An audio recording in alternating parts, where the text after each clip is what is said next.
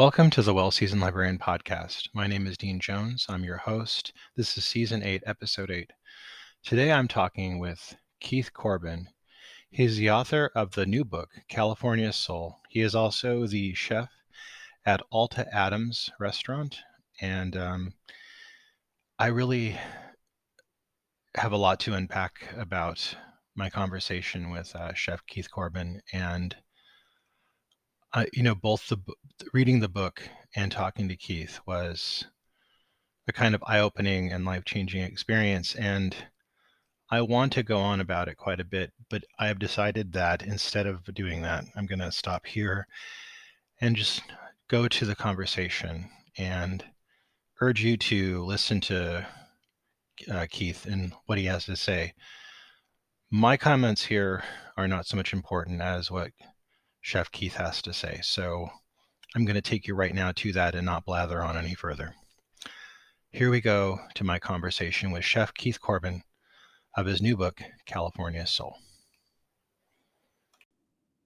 Welcome to the Well Seasoned Librarian Podcast. I'm your host, Dean Jones, and today I'm honored to be talking to Keith Corbin, who wrote the new memoir, California Soul, an American epic of cooking and survival. Corbin is the James Beard Award-nominated chef and co-owner of ALTA Adams in Los Angeles. His modern California Soul restaurant was named one of the best new restaurants in the country by both Esquire and Thrillist, and since opening has consistently been on the LA Times best restaurant list. A native of Watts, Corbin was formerly director of operations for Choi and Daniel Patterson's Locol restaurant group, and also worked for Patterson at his Michelin-starred fine dining restaurant, Choi, in San Francisco. Keith, thank you for being on the podcast. Thank you for having me. So I want to ask you first off, what inspired you to write your memoir? A couple of things. One, growing up where I grew up in an impoverished community, you have dreams of doing things, buying a house, white picket fence, getting out of the ghetto, writing a book, before you even feel you have a story to tell, right? Those are symbols of success in our eyes, right? There's not too many successful people around us. So those are symbols of success.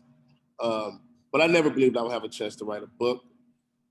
But when I did get the opportunity to write the book, it was very important for me to, one, be honest and truthful about my life up until this point, because I wanted the book to be an inspiration and, a motivation for people that were in similar situations that I was in. And I've been in many situations: drug addiction, prison, post-prison, impoverished, marginalized communities, poverty, dealing with parents on drugs. So I wanted to be able to, one, tell an honest story to connect with those readers in order for them to see my success as something that can be accomplished by them as well. One of the things that was hard for me to do was take advice or listen to people that I didn't feel connected with me, when they're giving me advice. It's like, oh, you don't know what I'm going through. I don't want to hear that. You had an easy life, whatever. So I wanted to be totally honest and connect with those folks in order for them to see my success as theirs. Now, many of the chefs I talk to are influenced by family in their cooking, and oftentimes they cite like a relative, like a grandparent or somebody like that. Who influenced you in your cooking? Definitely my grandmother influenced me with food. It wasn't as if, I was the Italian grandkid of an Italian grandmother who's working in a restaurant, making pasta from scratch, and I'm hiding under the tables and running through the restaurant and eating food, and then she's giving me lessons of rolling pasta or making pasta. I just connected with my grandmother in the kitchen. My grandmother had raised her kids. Like I say, my mother was on drugs. She was smart enough to give her kids to her mother until she was able to get her life on track, which she did, and she came back and got her kids and raised us. However, my grandmother would get up at 4 or 5 in the morning and spend the whole day prepping and cooking for dinner. Just really pouring love into the dinners and meals that she made. And she always made enough to feed the community or for those who were there when it was time to eat. So my love for feeding people, my love for feeding people is what I've gotten from my grandmother. There was no recipe books left behind. There was no one-on-one training or teaching on how to create or cook anything. It was that love for feeding people that that I picked up on. I can tell from reading your book that it was very important for you to be honest and upfront about things in your life, like cooking and selling drugs as a teenager. Did your publisher try and talk you out of it? Did anybody try and change the narrative, or did you have to kind of, be very strong on how you wanted this, or were they accepting of how you wanted to tell the story? I mean, again, like I was saying, when I got the opportunity to write the book, that was important for me to be honest and for me to be able to tell an honest story.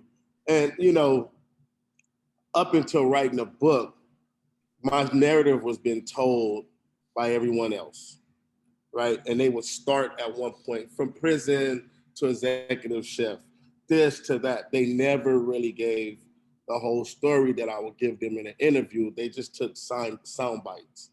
So it was important for me to take back control of my narrative and tell my truth, and not give this false narrative of this magic door that you come from prison to get a job and everything else is okay after that.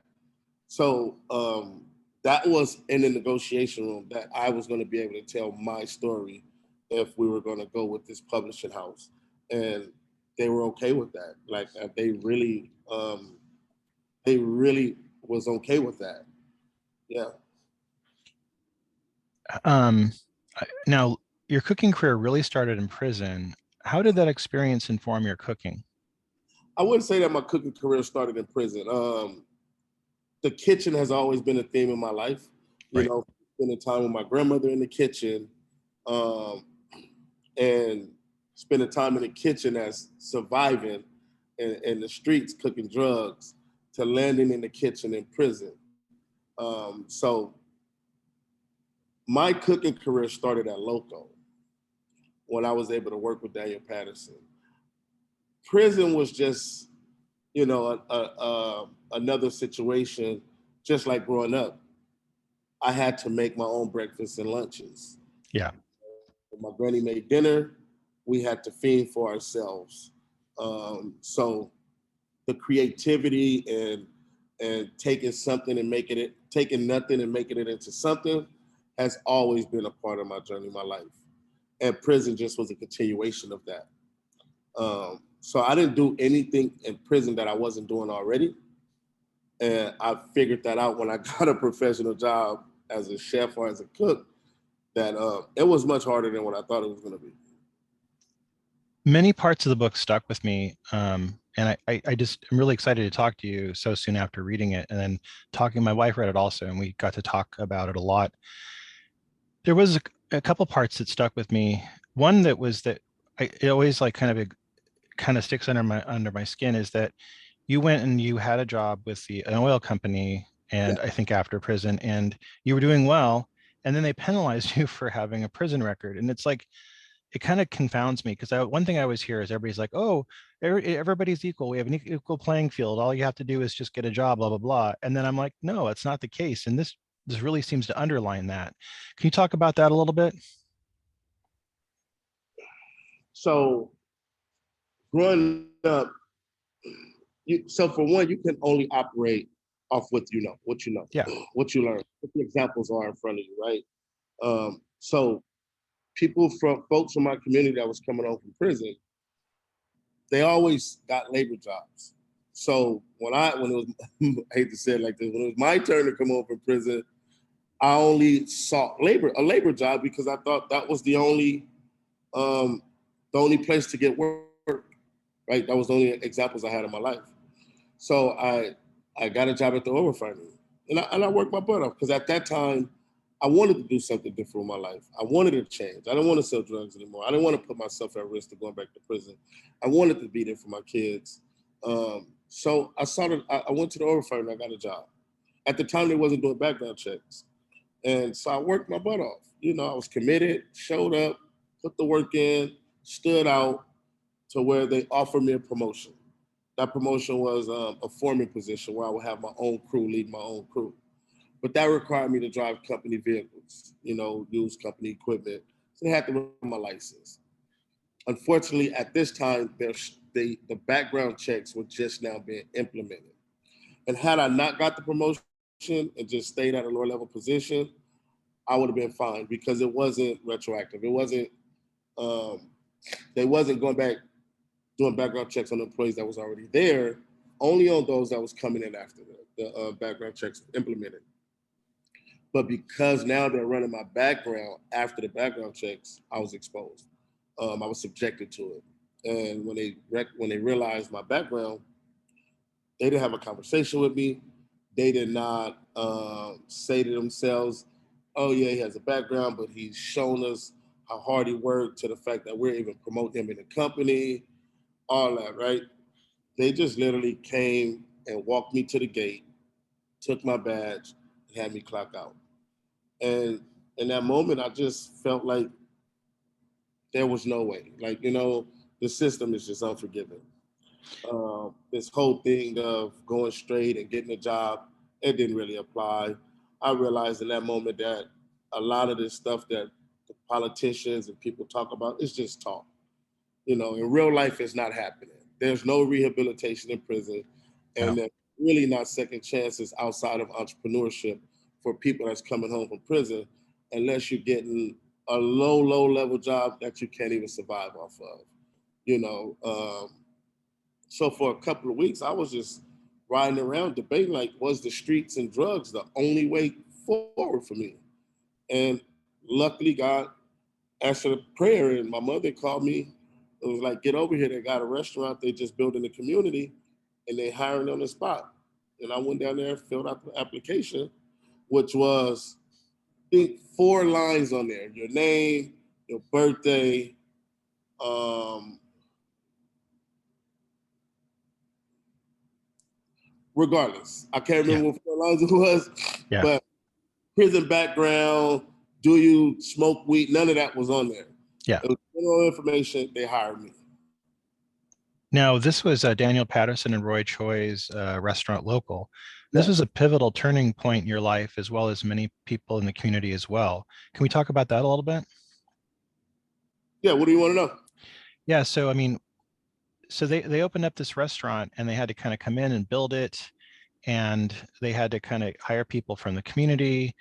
And this was kind of a new thing, you know, that they were doing. They're kind of trying new food, and it was kind of a new enterprise for them because they had come in kind of fresh. They were kind of doing something new for them, and it was something new for the community and everybody working there. So everybody was kind of on the same page, creating something from the ground up. It must have been kind of a magical time period because they're kind of like, you knew the analogy of kind of building a ship while it's sailing. Like that seems to be the case. Like as they're going, they're kind of like creating. Was that kind of like a magical time, and how much input were you able to have in it? So first, I want to change a word that you used when you said they had to hire in the community. Everything that Locol did was by choice. Yeah. They chose to come in. So they chose to come into the community a year, 2 years prior to even opening this restaurant, to get the feel, to meet the community, to find out what the community needed, to actually be a part of the community before the restaurant opened. Then they chose to hire in the community. And the idea was, after 4 years of the restaurant up and running, to turn the restaurant over to the community and move on to the next project. That was the idea for Locol. It was an investment in the community. Was it a magical moment? For some. It was a challenge for me. And I think it was a challenge for many people because, for one, it was our first time actually having a job. It was many people first time working.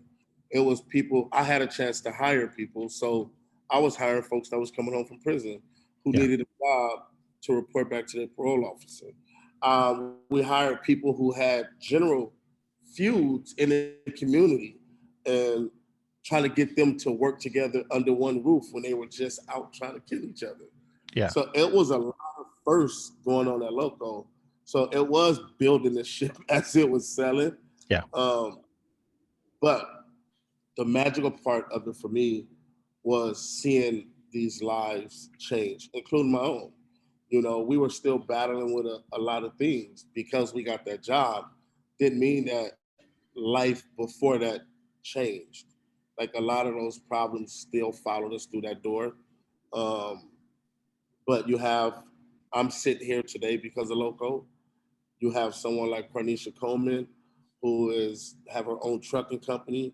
You know, got her first job with Locol, and it set her on the path of so she opened her own trucking company. You have Ronald, who came home from jail and needed a job for his parole officer, who now sits as talent acquisition for Interscope, right? You have so he find talent in the community and do co deals with Interscope. You have Lamar Lamont, who has created his football program and have put many kids through college and has now successfully have one of their kids make it to the NFL. You have Corey in the Bay Area, who now has a cleaning company, has contracts with many restaurants and hire employees. So that's the magic of Locol. That's the magic of Locol. I named a few. Did everybody make it? No. Yeah. But there's some who made it who wouldn't have had a chance otherwise. What was some of the food that was created for Locol when it started as opposed to what it evolved to over time? Like what changes were made to the food that was created when it started? So the food, first Locol was a chef-driven restaurant that challenged fast food. So Daniel Patterson came in with the concepts of taking raw ingredients from start to finish. We did everything in Locol. We actually learned how to cook proper vegetables, proper things in Locol, do things the right way. We made chili. We made Fodies, which is a taco / burrito street food. We made burgers where the ground beef was mixed with things like quinoa and barley and, grains. Mm-hmm. We fermented our own grains. We made our bread from scratch. Everything we made in Locol. We made everything in Locol.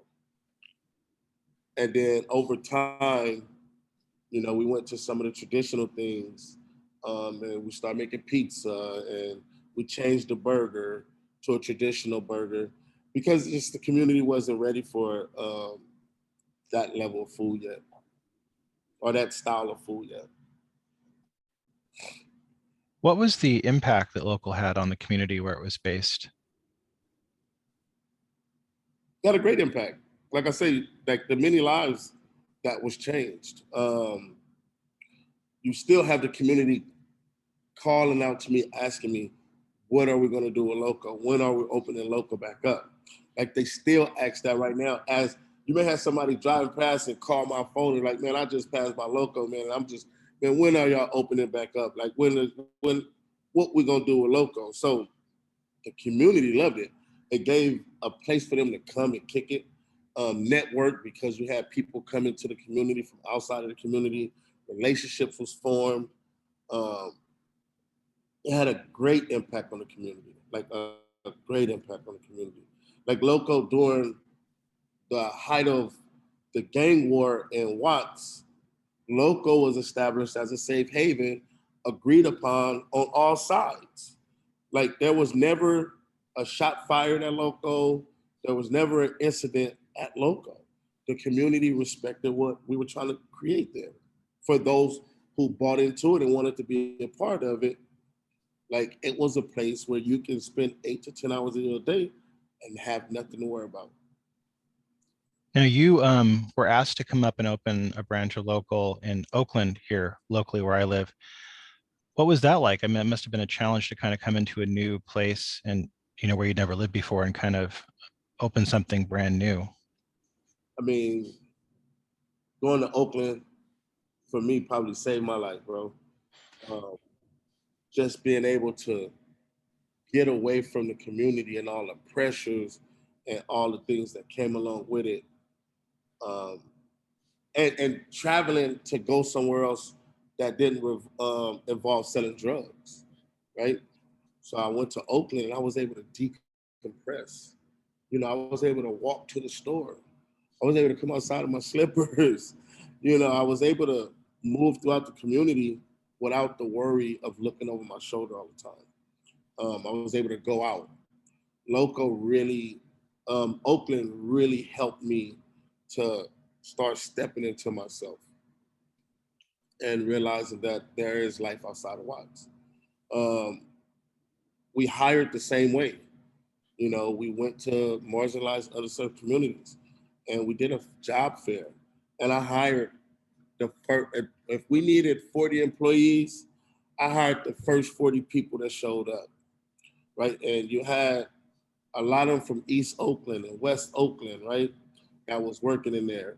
And it was a beautiful thing to see that, because I've come to realize that East Oakland and West Oakland has their own rivalry going on, and the different communities within, similar to Watts. But we had these kids under this roof, all working together, partying together, having a good time, and feeding their community. And doing it in Watts, and then turn around and being able to do it in Oakland, that set my path for my frame of thought and the way I'm think about hiring and my impact in the community. That's my whole thing. That's all I do now. That's what we did with ALTA, and that's how I will move forward with any restaurant that I open.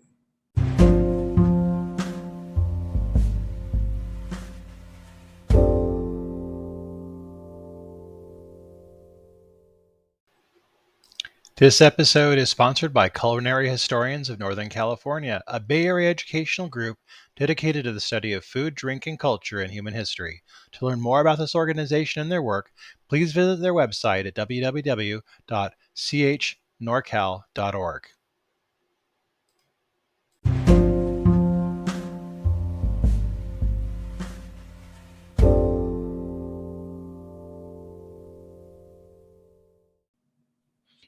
Can we talk about your restaurant ALTA a little bit for the people that are not familiar with it? Yeah, what do you want to know about ALTA? Tell me about the restaurant, what kind of food you cook, and what was your idea going into it, like what you wanted to kind of see as a vision. So, I know in LA, when it comes to soul food or comfort food or whatever, black food, it just comes on a styrofoam plate, right? Working in the Bay Area, Daniel had a restaurant empire, and I was able to venture through these restaurants and pick up shifts. So I got to work with various chefs. I got to see different techniques. I got to see different dishes and different styles of cooking. And I just started to imagine what the food I grew up with would be like if I applied some of these things.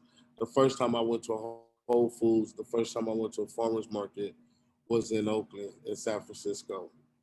And just thinking about what the food would be like if I created with these fresh raw ingredients, food that's pre-loved, so I started thinking of a concept of California soul food, creating food that I grew up with that showcase the beautiful bounty that California has to offer, farm to table, dock to table. And when researching the diaspora and my enslaved ancestors and going back to Africa, what I was thinking about creating was totally in line with how we ate back in Africa anyway. You ate what you caught, you ate what you grew, and what grew in season, right? So I wasn't recreating the wheel. I was just taking something that was old and lost and revitalizing it. And doing so, I just took the soul food from the South and deframed it and reframed it using California ingredients, farm to table, dock to table, the multicultural influence that California has, bringing in some of those ingredients and flavors and created California soul food. Daniel Patterson is famously critical of structural inequalities that have resulted in a lack of diversity in restaurant ownership in rapidly gentrifying cities like San Francisco and Oakland. What's your take on this topic? Has anything improved? As far as what? Like just like the inequalities in restaurants, the lack of diversity in restaurant ownership? No, nothing's Yeah. improved. Yeah. Not at all. Hell no. Nothing's improved. I'm not even gonna go deep into that, but no, nothing's improved. Yeah. It took a while for you to get ownership at ALTA. Why did it take so long, and what was ownership so important for you? It took so long because nothing has improved. Yeah. Nothing has improved, right? But I fought for what I believe was mine. I fought for an agreement that was made prior to opening the restaurant.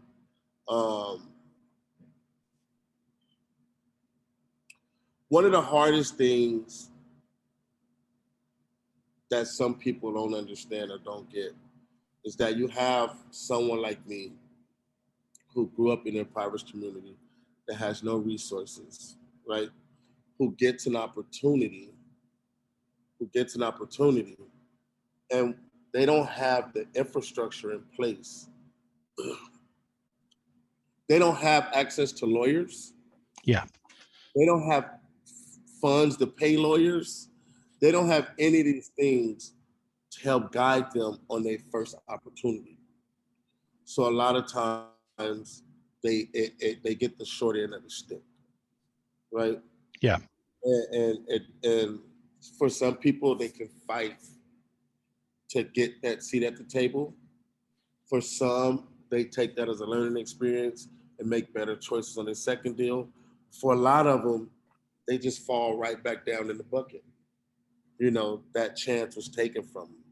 And I didn't want to be that guy who first chance was taken, so I fought. One thing I wanted to ask you about the book was that when people write memoirs, obviously you're going to have friends and family look at it later on. Did anybody have any feedback for the book after it came out? Yeah, you have, everyone loves the book because the book is truthful. Yeah. I didn't embellish, I didn't shame anyone. I kept the story centered around me, my life, my point of view, my experiences. And doing that, I had to bring characters in who helped influence me or you know, to tell a story about my journey, about conflict, things, relationships, things like that. But I also, in writing this book, out of respect, when I mention a person in the book, I'm talking about them in the book, I sent them that version.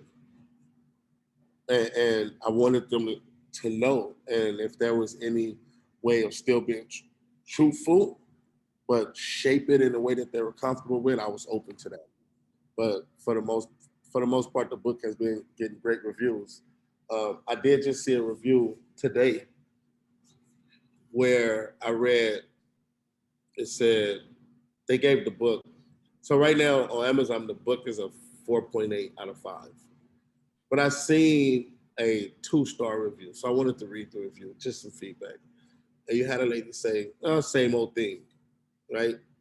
And I'm taking it as, you know, same old Black story, prison, drugs, this, that, and the other. And it kind of bothered me. And it's like, well, if it's the same old thing, then you don't see that there's a problem there? Yeah. That doesn't activate you? That doesn't anger you? That every Black successful story start off with drugs, poverty, and jail? Like, you don't see that, okay, damn, then it has to be a problem if this is everyone's experience. So it's not a choice. These young men are not choosing to do this, because if you're saying 100% or whatever percent is high enough for you to say you're hearing the same thing over and over again, then what are you going to do about it? Are you going to partner? Are you going to protest like you do when something's going wrong in your white world? Like, what are you going to do about it? Like, how can you just say, oh, same old thing, and like, yeah, 2-star, same old shit. I've been hearing this all the time. Then do something about it. It tells you there's a problem. But, you know, it is what it is. I wish they could write. I wish you could answer people on the reviews on Amazon. I'd love to see you be able to say all that. That'd be beautiful. How did it feel to hold the book in your hand when it came out? Like, was it thrilling for you to see that new book come out? You know what? I'm still processing it. Like, because again, like I said, these are things that you imagine. I ain't gonna even say dream of, but you imagine it, but you automatically, in that imagination, just believe that it's unattainable, right? And then it's not so much you have to celebrate growing up in that system like that. You know, you grow up feeling so overwhelming pressure with the system designed to trip you up that you don't have many celebrations. You know, Yeah. you're fighting the whole time. Like you're fighting to survive, fighting to live the whole entire time. And celebrations is just it's not something you get used to. So I didn't have that emotional attachment to celebration. So when we're celebrating the book, I love that everybody was proud of me, happy, we're having a good time. I just haven't had a chance to tap into that, damn, you know, Yeah. that emotion. But I'm working on it. One thing I felt when I finished the book is that I thought, wow, I really like this story and I'd like to hear more. Maybe that's a little bit greedy of me, but do you think you might write some more or write another kind of a follow-up to the book? So you mean to tell me you read that story and you didn't think, oh, this is the same old thing? No, I did not. I didn't. That was not me writing that review. And the thing about it is, I can get that, right? And that's another one of the inspirations on how I told my story. When I was sitting in prison, I used to read urban novels. Now these are fiction; they Yeah. fictionalized stories, but they're modeled off of our culture, our community. You know, the drug culture, the hustle, this, that, and the other. And I would pick up the book, and right off the back, I could tell the story because I lived it. You're gonna have 4 characters, right? Yeah. Grew up together. They're hustling. One person get killed. One person goes to prison. One person tells on everybody else, and one person makes it out. You never get the story about the out. It's always that the out was good enough. That's where the story stopped. That's why it was important for me to tell the out part about how hard it is once you get through this quote unquote magic door, right? And dump all these tropes about once you get a job or once you make it out, that everything in your life before that goes away. And I wanted to make sure that I let people know that from my experience, none of that stuff goes away. And every day you have to fight for every step forward you take and for every level of success you obtain.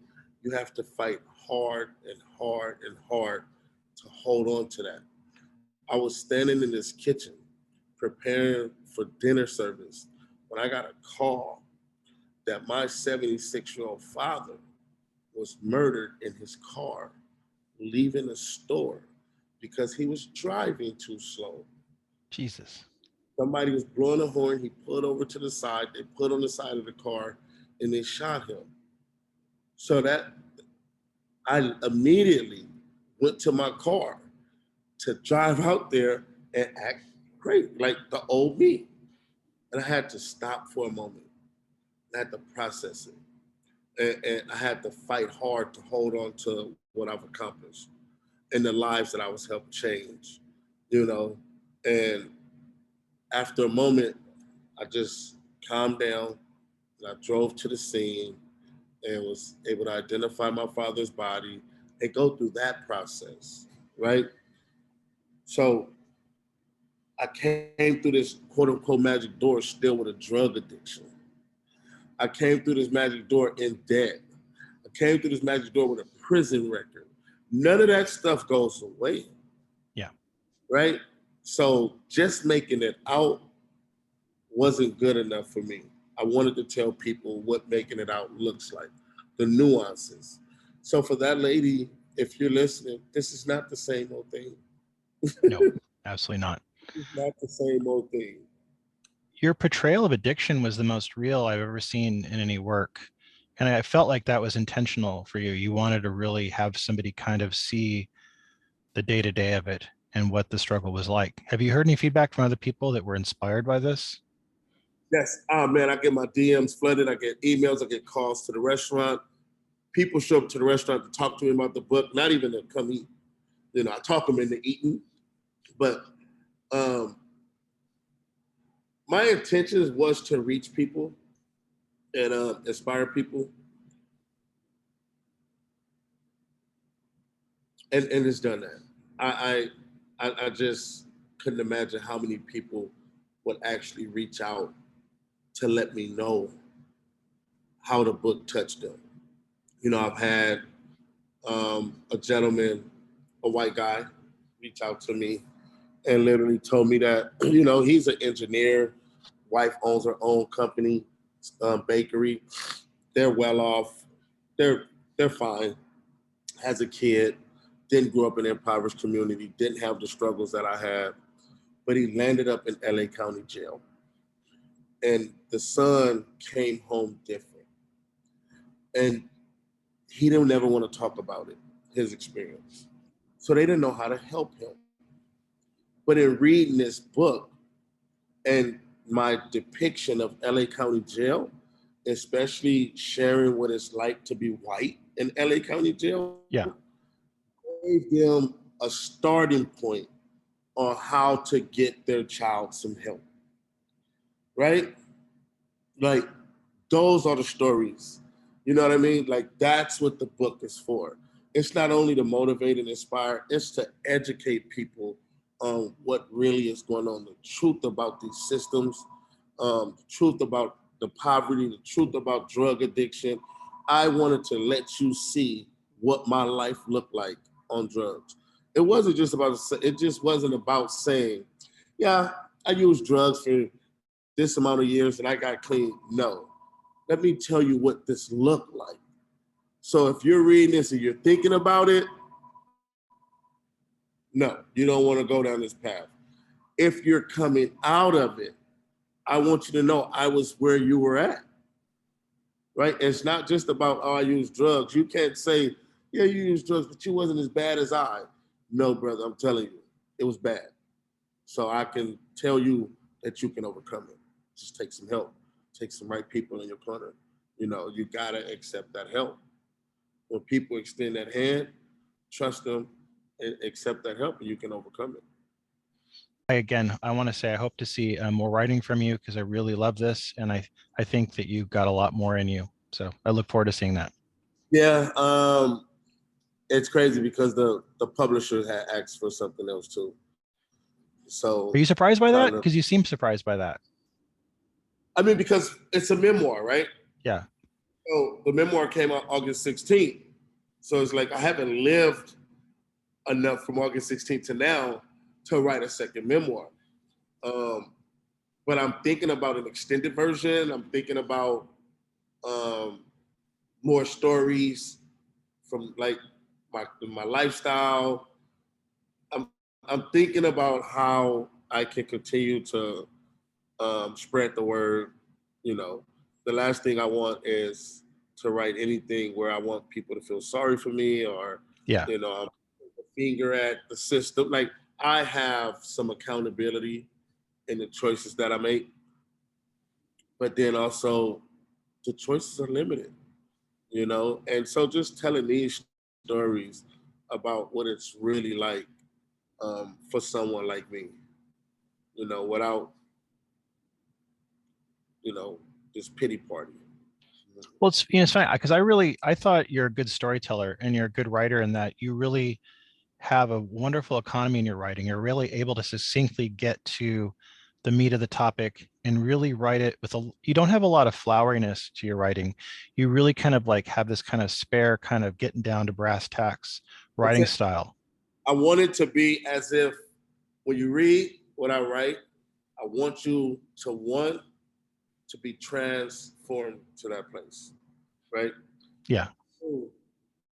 I want it to either feel like I'm standing there telling you the story, like we're in conversation and I'm talking to you. That's important, right? I want to put you there at that time in that period, and I'm just talking to you. That's how I write. That's how I envision it because that's how I talk. I mean, there was a few times early on in the book when you're writing about prison that I had to kind of put the book down a few times because it got me in like kind of an agitated state. Was that kind of intentional? I don't know if it was intentional to get you in an agitated state. Like kind of you describe it so well. I felt like I was there, you know? Yeah. So, but it is to educate people on what's going on in the prisons. Yeah. And again, not to feel sorry, right? No. But to combat these false narratives, right? And to get people to kind of open their eyes, like, there is absolutely no such thing as rehabilitation in prison. No. Prison is a smaller extension of our community. We're treated the same, inadequate medical care, inadequate resources, low-level food, poverty. It's all going on in prison, right? And then if you think about it, you have these politicians and these prison corporations or whoever they are want to put this narrative out of investing money into programs to rehabilitate felons. It's like, that doesn't make sense because you can put the money in the community prior to the kids even going to prison. But you don't do that. You choose to put it in prison. You're lying. Like, you're not putting any monies in these prisons. And we wouldn't want you to. I'd rather you put it in the community before the kids go to prison. But the reason they don't is because prison is big business, right? Like, you're packaging Victoria's Secret clothes. You're making the glasses that you're wearing. Those glasses you're wearing were probably framed in prison. The license plate on your car is made in prison. The bikes that your kids are riding are welded in prison. The computers that you have, the motherboards are probably put together in prison, right? Like, it's labor. You're making $9. The highest paid job is 15 to 19 cents an hour. Like, it's big business. They don't talk about that. Prison is a business for cheap labor, period, point blank. And that's why they won't put in resources in the community to stop the prisoner pipeline, the pipeline to prison shit. They won't do that. No. Like, they're not gonna do it. They need bodies in prison to fill these quarters. You got to think about it. The prison owners get paid for everybody that's in there. $1,000 a day, $500 a day, $2,000 a day, whatever it is, for every single person that's on one of those bunks. The people that own the prison gets paid for housing them by the state. And then those companies also get contracts from corporations and companies for cheap labor. It's a business. I'm so glad you wrote about that in your book because I don't think most people even know or aware of that. I know that I had an idea or inkling, but your book really kind of hammers home that idea of how much of what we have in our culture is created by prisoners. And a lot of people are just it's like an industry, like they're making money out of it. And it's a kind of a mind-blowing thing to realize, I think, for a lot of people. Your milk comes from prisoners. Your eggs, Chino Valley, anything say Chino Valley comes from prisoners. Your eggs, your cheese, your milk, all that's packed up in prisons. shipped out. Do you think that prison is an outdated construct that we maybe need to kind of do away with it and refigure it out? I mean, my belief, this is how I feel, because I lived a life up against the system, and people can look at it or take it for what they want. There is a system designed to keep a class of people down, to keep a community of people down for whatever reason. You got to think about the Constitution of America was created during a time where there was segregation, where you had slaves, right? So they wrote the Constitution for one race of people to prevail and to keep another class of people down, or another race of people down. We're still operating under that Constitution through modifies and addendums and all that. But overall, we're still operating off of a system that was created at a time period where Blacks didn't have any value in America. So as long as we're still operating under that, it's just gonna be what it's gonna be. It almost circles. Go ahead. Sorry. It almost circles back to when you were fired from the job. It's punishing somebody who's already been punished. It's like an additional punishment, and it's never letting up. No, but you got to think about it like this. Okay, you go to prison, you come home from prison, and in order to get off parole, there's requirements, right? They want you to have a place to stay, constantly. They want you to have a job, right? If I can't get a job because of my prison record, then I can't afford a place to stay, and I never get off parole, right? So that lingers me that puts me in a position where I am going back to prison. I come home from prison, the requirement for me to get off of parole is to get a job. But the system is set up for me not to be hired because I've been to prison. How the hell does that work? It makes no sense. It's illogical. Because it's set up for me to go back to prison. They have to feed these, they have to keep these contracts going. They have to have bodies in there. People get paid off every time I go back to prison. People get paid. There's money made.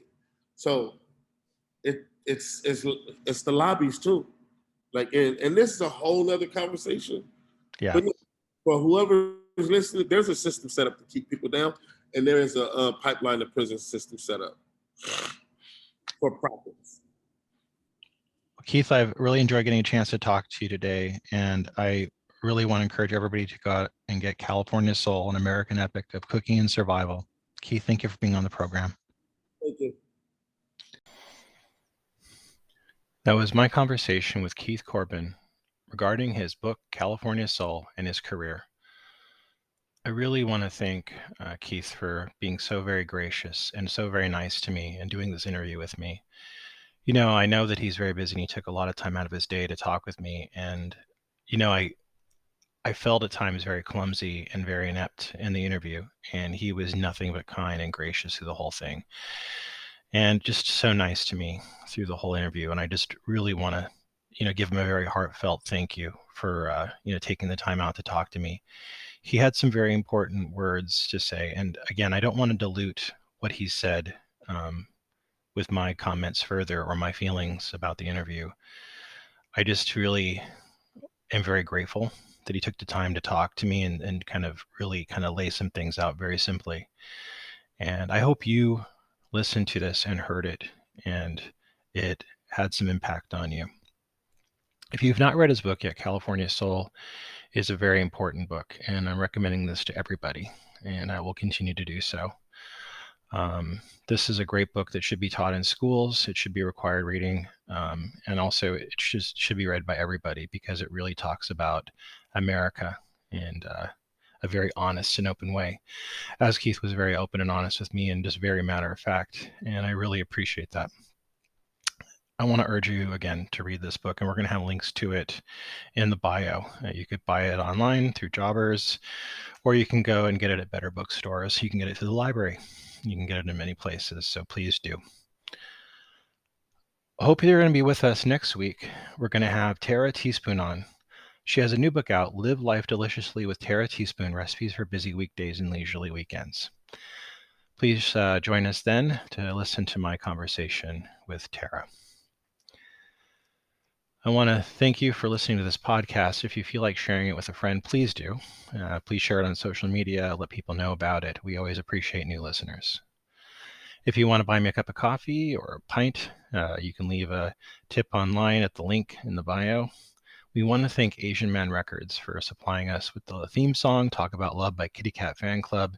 You can go onto the AsianManRecords.com website, see the bands that they host, see what concerts are coming up, buy bumper stickers, hoodies, t-shirts, etc. They got several good things there. Check it out. Hope you all have a really great week. And again, you've really listened to this conversation and learned from it, or it gives you food for thought to learn from it, as it, I believe, hopefully has done for me. Hope you have a great week and keep on cooking. I've been getting